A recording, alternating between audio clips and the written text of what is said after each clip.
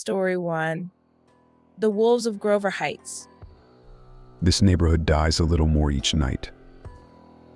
I make my rounds, metal flashlight cutting thin beams through the murky darkness. Busted street lamps blink feeble orange every few seconds in a futile gesture against the enveloping black veil. This was once a lively working-class district full of families and promise. But that promise was stamped out long ago, ground into the filthy pavement along with the broken dreams of everyone who lived here. Now, only the ghosts remain. Ghosts and the ones who haunt these empty streets and abandoned homes. Dark figures slink through the shadows, shambolic silhouettes ducking into crumbling alleys at the distant whine of police sirens forever out of earshot. These restless spirits know there is no sanctuary anymore, that the streets and the suburbs have both been carved out by the same unyielding hunger that wins its way through the cracks of our fallen world. I try to fill my mind with thoughts of my little girl Lily as I walk, desperately seeking some flicker of light in this roiling ocean of darkness. But even her cherubic face cannot stay the rising tide of dread that washes over me each time I set foot in Grover Heights. My divorce took its inevitable toll both financially and psychologically. I could no longer provide the stable life I had promised my wife, and in the end she took Lily and left. All that remains now is this waking nightmare, stalking these forlorn streets night after night as an atomic clock counts down the hours until I can return to the cramped one-bedroom apartment that serves as my life's humble anchor. Tonight the air hangs thick with something more ominous than usual. A rancid stench of decay seems to await me around every shattered corner, leaving me constantly spinning about in startled overreaction to every little sound, the patter of a stray dog's paws, the squeaking of rusted metal in protest against the wind. With each passing minute, the shadows seem to stretch longer, darker, bearing down upon me from all sides until I feel hopelessly entombed in their coffin-like embrace. When at last the sound arises, it does so with no warning. A bone-chilling howl splits the heavy air like a sonic thunderclap. The guttural, inhuman cry echoes out from some unseen depths, rolling down the vacant streets and alleyways in resonant waves that seem to reverberate through every rotten brick and splintered wooden beam in a dozen abandoned buildings. The hairs on the back of my neck instantly stiffen as an icy sheet of terror washes over me.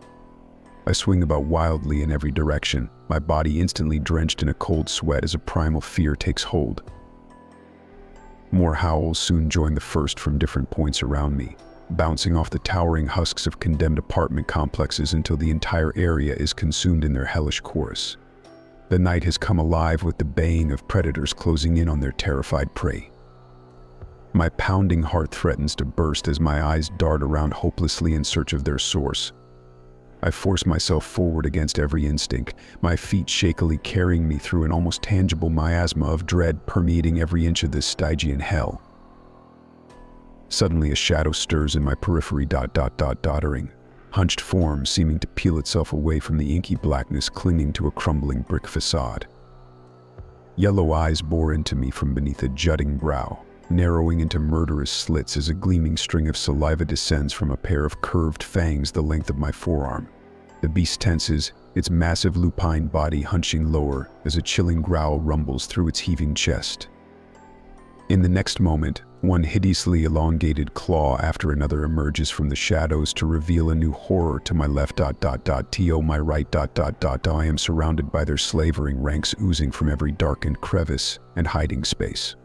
Shadowy, fur-covered titans standing easily 8 feet tall on muscled haunches. My god. Legends are real. I try to scream, to cry out for help that will never arrive. But all that escapes is a dry rasp as the wolves move in closer, their snarls dripping with a feral hunger and the promise of imminent agony.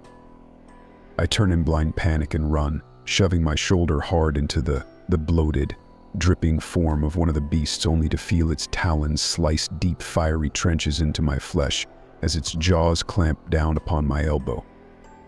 I shriek like a terrified child as white-hot bolts of blinding pain lance through me, metallic warmth spraying in all directions as the monster whips its head back and forth with my arm gripped in its fangs like a grisly tug-of-war with death itself. It releases its grip only when the sickening pop of my dislocated shoulder reaches my ears. I scramble away on hands and knees, slipping and nearly going horizontal in a spreading pool of slick crimson. My feet at last find purchase, and soon I am running blindly down the shifting labyrinth of alleys and cat-scratched walls, my breath coming in jagged bursts of panicked, keening sobs and wordless shrieks. The howls grow more frenzied as I flee, spurring me onward towards some unknowable destination, any insight of escape from the onrushing nightmare. Hot shafts of mind-bending agony continue to radiate through my hanging, mangled arm with every stride, threatening to drop me into a waiting mass of fangs at any moment. At last, a begrimed wooden fence looms ahead, silhouetted in the fitful glow of a dying neon bar sign down the alley. Even as my addled brain gasps at the possibility of refuge and safety, a towering shadow explodes into view at the fence's apex. A pair of burning amber orbs lock onto me with murderous intensity, and the drooling behemoth hurls itself down in a single earth-shaking bound. I throw my good arm up feebly as the scrabbling bulk crashes into me, its monumental jaws clamping with bone-grinding force around the ruined stump of my forearm as row upon row of teeth saw through the last tendons and sinews holding my hand in place. The force slams my head back against the unforgiving pavement with a nauseating crunch that radiates upwards in a brilliant flash of concussive agony before fading to a lifeless dark. I awaken some unmeasured time later, cradled in my own cooling puddle of blood. Scattered remnants of my severed arm and hand lay strewn about me like the remains of some hellish sacrifice. The howls and snarls of the pack have all faded to silence. Only the omnipresent quiet of the abandoned city remains eternally judgmental and uncaring toward the suffering it has witnessed yet again. My vision swims as I try to lift my head, a single bulging yellow eye drifting in and out of focus through coppery waves of dripping crimson. I reach my remaining hand out through the sticky morass, groping hopelessly across the shattered shards of bone and sinew in search of something. Anything to hold on to, some final anchor to cling to before oblivion claims me at last. My fingers brush against something hard and round in the sticky pool. Lily's tattered rubber ball, a remnant of happier times when he could still make her smile and protect her from the darkness. He tries to grip it, to hold on to that last fleeting connection, but his numb fingers can only gently nudge it through the viscous ooze before falling still. As Alex's glazing eyes stare out across the rain-speckled alleyway, a series of faint scurrying sounds arise. A large rat emerges from a shattered drainpipe, whiskers twitching curiously as it catches the thick metallic scent hanging in the air. The rodent picks its way nimbly around the still warm corpse, obsidian eyes glancing at the ragged crimson mess with underwhelmed indifference. It has encountered scenes like this countless times before. Story 2. The Beasts of Greystone. This was supposed to be my fresh start. My chance to escape the constant reminders of how I'd failed my family, driven my ex-wife Anne away with the endless stress from my job, the drinking, the angry outbursts. The excuses I clung to like life rafts in an ocean of guilt were meaningless to her or my kids now. I hadn't been Father of the Year material in a long time. At least that's what the pit of dread in my stomach told me as I pulled into the parking lot of Greystone Lodge Resort nestled deep in the Colorado Rockies. The online brochures made this place look like a bucolic paradise, with its rustic mountain cabins surrounded by dense evergreen forests and a sprawling main lodge advertising amenities beyond your wildest dreams. What a crock of shit. Even in the overcast daytime, an unsettling quiet hung in the air, the only sound the whistling wind knifing through leafless trees. The parking area was empty, not a single other car or person in sight.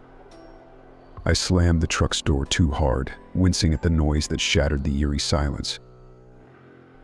As I approached the sprawling main building, dark clouds seemed to engulf what little daylight remained. Through the wall of front windows, I could see the enormous lobby was deserted, furniture lying in haphazard positions like the place had been abandoned in a hurry. A childish part of me wanted to turn right back around. But I'm a grown goddamn man. What was I afraid of? The double front doors opened far too easily for their size, the hinges clearly broken. The spacious lobby was in complete disarray, mud streaked across the floor and claw marks gouging deep furrows in the wooden walls. Something was very wrong here. High-pitched howls pierced the night, a bone-chilling sound like nothing I'd ever heard. A chill gripped the base of my skull as the realization dawned on me. The brochure's promises of amenities beyond your wildest dreams had been horrifyingly accurate. Too late, I remembered the resort's name, and the reason I'd booked this place to begin with. The Howling Resort's long rumored to be a safe haven for werewolves. How stupid could I be? The stories about rogue packs escaping and preying on nearby towns I dismissed as campfire tales were all too real. Now I was trapped, alone, surrounded by ... Snarling breaths and heavy footfalls in the hallway made me whirl, heart thudding against my ribs. The moonlight filtering in through the windows outlined the silhouette of the largest wolf I'd ever seen, at least 8 feet long from muzzle to hunched hindquarters. Those weren't wolves. As it stepped from the shadows into the lobby, the beast rose up on its hind legs, revealing the grotesque visage of a half-man, half-animal being. Its yellow eyes bored straight into me, glowing with feral hatred as it opened its mouth in a deafening roar that shook the walls, displaying a maw of fangs as long as my forearm. This alpha was no dumb animal. Drool seeped from its jaws, thick ropes of saliva and God knows what else dripping onto the once luxurious carpet, sizzling wherever the caustic spittle fell. It took another lurching step forward as 4 more massive werewolf shapes emerged from the hallway behind it, their bestial howls joining the cacophony. I did the only thing I could. I ran. My feet pounded down the darkened path through the trees as I put every ounce of energy into fleeing, crashing through branches and stumbling over exposed roots.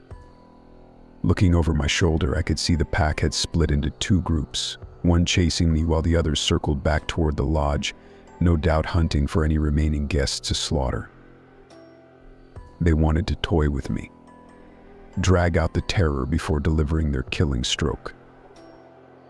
Too late, my path opened up into a nightmarish clearing. The ground and foliage matted in crimson, a killing den where countless bodies and body parts lay strewn about, shredded muscle joining discarded viscera in a hellish tapestry of carnage and suffering. The rancid metallic stench was overwhelming. In the center stood the alpha beast, yellow eyes shining through the shadows like twin moons.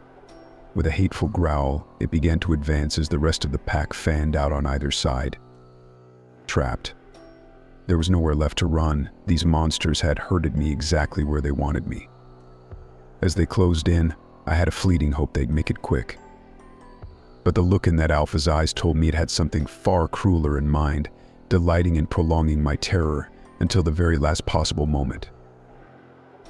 I'd never wanted children again after the divorce, but as the beasts fell upon me in a blurred rush of fangs and claws, there was nothing I craved more than the chance to tell my son and daughter one final truth.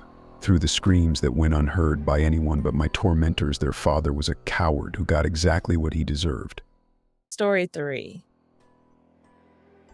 The heavy rain pounded against the windows in a ceaseless torrent, the dreary weather perfectly mirroring my somber state of mind.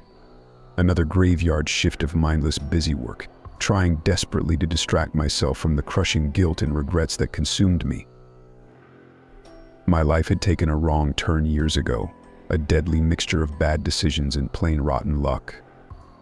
The divorce, losing custody of my only son, Tyler, the mind-numbing spiral into alcoholism and dead-end jobs, it all felt like some inescapable curse, dragging me deeper and deeper into the abyss with each passing day.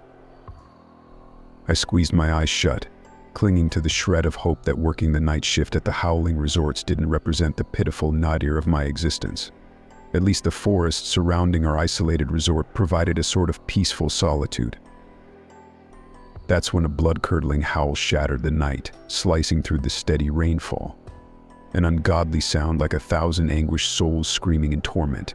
Every hair on my body instantly stood on end as sheer primal terror gripped me. My mind raced a mountain lion? A wolf pack? And something far worse. The hideous snarls grew louder, multiplying all around me in the darkness of the wooded perimeter. I could feel their presence closing in, a vortex of malice coalescing at our doorstep. Through the rain-streaked windows, I caught a terrifying glimpse. Eyes, yellowish orbs piercing through the night, glaring at me with animalistic intensity. At least a dozen pinpricks of smoldering amber encircling the hotel lobby. Then they emerged from the gloomy tree line, 6 or 7 towering figures easily clearing 8 feet. Not wolves, not even human. Or werewolves. Their grotesque snouts arched open, revealing rows of dagger-like teeth slick with fresh blood and chunks of flesh. Thick ropes of saliva dripped from their gaping maws as they sniffed the air, savoring the scent of new prey. Matted, ashen fur covered their rippling, muscular frames the perfect blend of human dexterity and animal ferocity.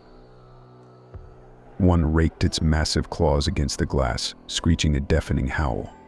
My heartbeat thundered in my ears as they gathered by the entrance, pounding against the doors like a battering ram. They were the myths of Wolf Creek come to life.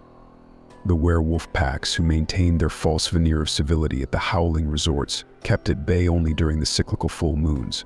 I'd always dismissed those legends as mere fables, campfire tales designed to lure in tourists. Until now. Until they had broken free, their feral appetites left insatiable and unrestrained. The doors finally buckled, shards of glass and twisted metal exploding inward. They surged into the lobby in a furious stampede, fangs gnashing and claws ripping into everything around them. Tattered bodies already strewn about the remains of jagged skirmishes, leaving the marble floors slick with viscera. Their leader stood at the vanguard, eyes burning like hellish embers. With one swing of its gargantuan paw, the solid oak reception desk shattered into 1,000 pieces.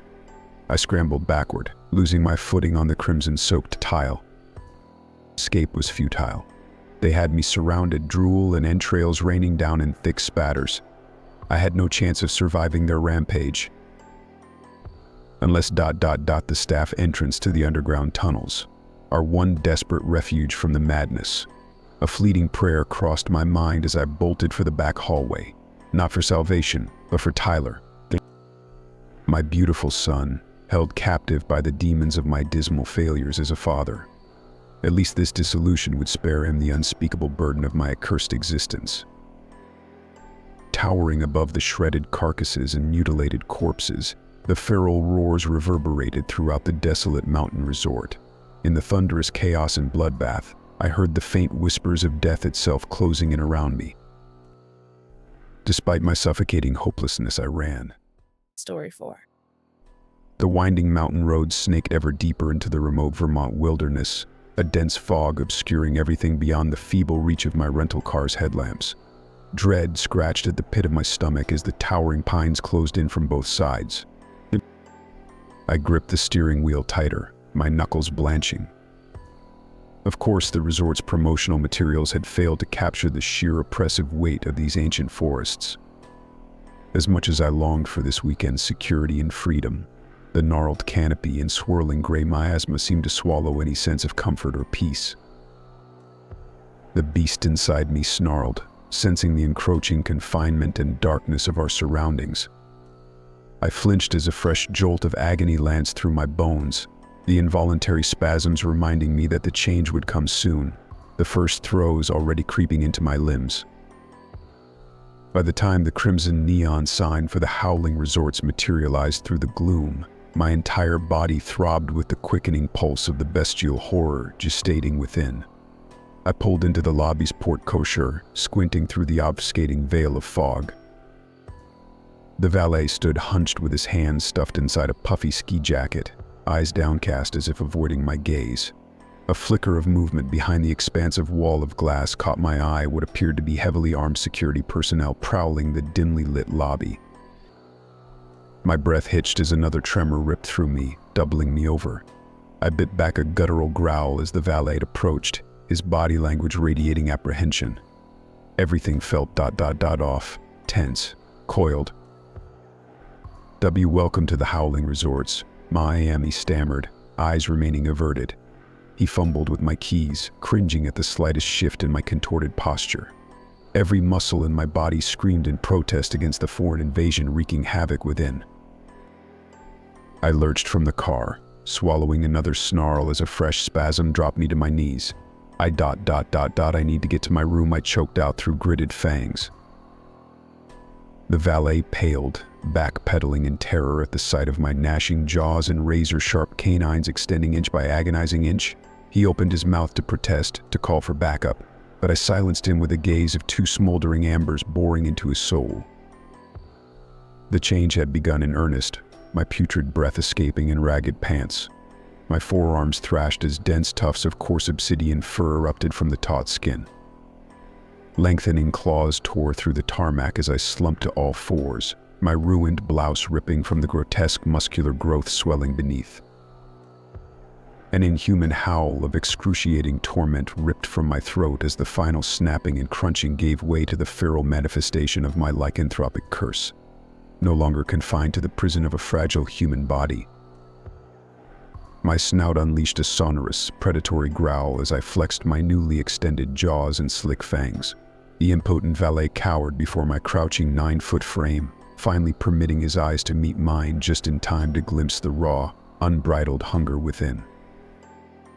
At that moment, a chorus of splintering wood and shattering glass exploded throughout the lobby in accompaniment to 1,000 tormented howls of agony. The other guests, like me, had failed to contain their transformations. I leapt through the airborne storm of shrapnel and viscera, my superhuman senses instantaneously honing in on the pulsating heat signatures of the succulent living prey scattering in all directions. The sweet, coppery elixir of freshly spilled blood beckoning my rapacious maw. The slaughter had begun in earnest. My primal instincts throttled what feeble remnants of human sanity still remained, fueling my rampage through the opulent, high-ceilinged lobby. Anything that moved would be torn asunder, its steaming entrails savored with demonic gluttony. Part of me tried clawing free, screaming against the vile abomination I had become, begging my talon-tipped appendages to stay their course. For a fleeting second, I glimpsed the shredded, pulpy remains of what appeared to be a woman head clenched in my gore-slicked grip. That silent moment of heartbroken clarity was shattered by a deafening roar from the epicenter of the chaos, a towering obsidian behemoth standing taller than all the others. The Alpha. Fresh crimson leaped from its jagged mandibles as another puny human security officer was cleaved in twain from throat to groin. Our eyes met across the churning melee, two rubies incandescent with primal violence. The demon inside me unleashed a reciprocal challenge, surging forward to meet the Alpha's ominous beckoning as the last visages of Sarah Ellison faded to black. The two titans collided in a crush of razor fangs and flying appendages, locked in the age-old battle for dominance. Whoever emerged the victor, I knew neither the woman nor the monster would escape this accursed place unscathed. Story 5. The job listing should have been my first warning. Wanted resort staff. Must be able to withstand transformations, but desperation makes you ignore the red flags. I had been drifting for months, blowing what little money I had on booze to numb the gnawing emptiness inside me. Rock bottom looks like a help-wanted ad for a resort in the ass end of Maine, a place called the Howling. I arrived at the resort 2 days later. It squatted in a remote forest clearing, looking more like an abandoned asylum than a vacation destination. A chill ran through me as I stepped out of my rusted Civic, but I shrugged it off. It was just a drafty old building, and I needed this job. The manager, a gaunt man named Mr. Crowley, greeted me with a smile that didn't reach his eyes. As he showed me to my quarters, I asked him about the odd job listing. Oh, that he chuckled, but there was no humor in it. Just a little joke. We like our staff to be adaptable. I settled into my routine over the next few weeks. The resort was nearly empty, just a handful of pale, twitchy guests who kept to themselves. At night, strange howling echoed through the woods, sending icy tendrils down my spine. And then came the first full moon. I was walking back to my cabin after a late shift when a blood-curdling scream pierced the night. I sprinted toward the sound and arrived in the staff quarters courtyard to a scene out of a nightmare. My co-workers were transforming before my eyes, their bodies twisting and contorting in agony. Bones snapped and reformed, flesh split as fangs and claws erupted. Screams turned to growls. In moments they were no longer human. They were monsters. Werewolves. I ran, my heart slamming against my ribs. I could hear them behind me, snarling and panting as they gave chase. The beasts that used to be my co-workers, now hungry for my flesh. I barely made it back to my cabin, slamming the door and shoving a dresser against it. Outside, the werewolves circled, red eyes glowing in the dark, waiting. It's been hours now. They're still out there, and I know it's only a matter of time. There's no escape from this nightmare, because I finally understand the meaning of must be able to withstand transformations. It wasn't talking about the staff. It was talking about the guests. God help me, I think I'm changing too. I can feel it inside, the animal clawing to get out, the hunger gnawing at my guts. The full moon is calling to the beast within. There's a howl building in my throat, and my teeth are getting sharper by the second. I'm becoming one of them. I'm sorry, I'm so sorry, but if you're reading this, it's already too late for me. The transformation is nearly complete. My bones grind and snap as they reshape, lengthening and thickening into a new bestial form. Horse hair sprouts from my skin, while my hands curl into long, hooked claws. The hunger. Oh God, the insatiable hunger is taking over. Slobbering jaws filled with dagger-like fangs split my face as a deep, guttural growl builds in my chest. I can't fight it anymore. The human part of me is slipping away, subsumed by the ancient primal urges of the beast. With a spine-curving contortion, I drop heavily to all fours as the final shreds of my fragile psyche burn away in the blistering haze of the lupine rage overtaking me. A haunting howl of equal parts agony and ecstasy rips forth from the depths of whatever fresh hell I've been reborn into. My new pack brethren immediately sense the change. Their howls of excitement shatter the night, beckoning me outside to join them. Part of me wants to resist with every fiber of what little remains of my humanity. But the intoxicating scent of prey wafts through the cabin, gnawing at my insides and stoking the ravenous flames now roaring through my consciousness. I pace back and forth, the wooden dresser barricading the door, providing a feeble and dwindling obstruction. With an ear-splitting crash, it finally gives way, ripped from its frame and sent clattering across the floor as I explode through the cabin door on all fours. I bound into the moonlight, throwing my head back as another rapturous howl echoes through the forest in a unified chorus of calling souls. The pack surrounds me, their ravenous bodies rubbing against mine as I join their wild celebration of rebirth and untamed ID. Fresh scents of fear soon waft through the teeming throng, drawing our collective utmost hunger. A new set of prey has arrived, more guests checking in, blissfully unaware of the depravity and gut-churning hungers awaiting them just outside the rustic inn lobby. Our pack quickly scatters throughout the resort grounds, taking up strategic positions as the hapless victims meander from their cars carrying luggage and idly chatting inanities about their long road trips. The killing frenzies that follow are thankfully too muddled and shrouded in the throes of the change for me to fully comprehend.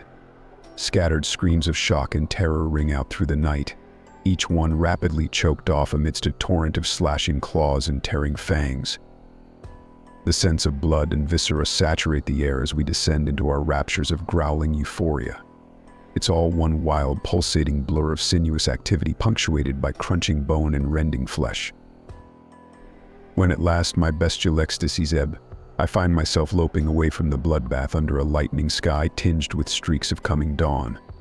The forest canopy reeks with the sated reek of the kill as I pad between the silent pines toward parts unknown.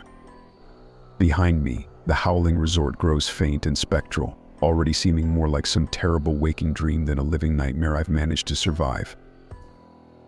But out here in the untamed wilderness, I know that the hunt will soon call again. The cycle will continue.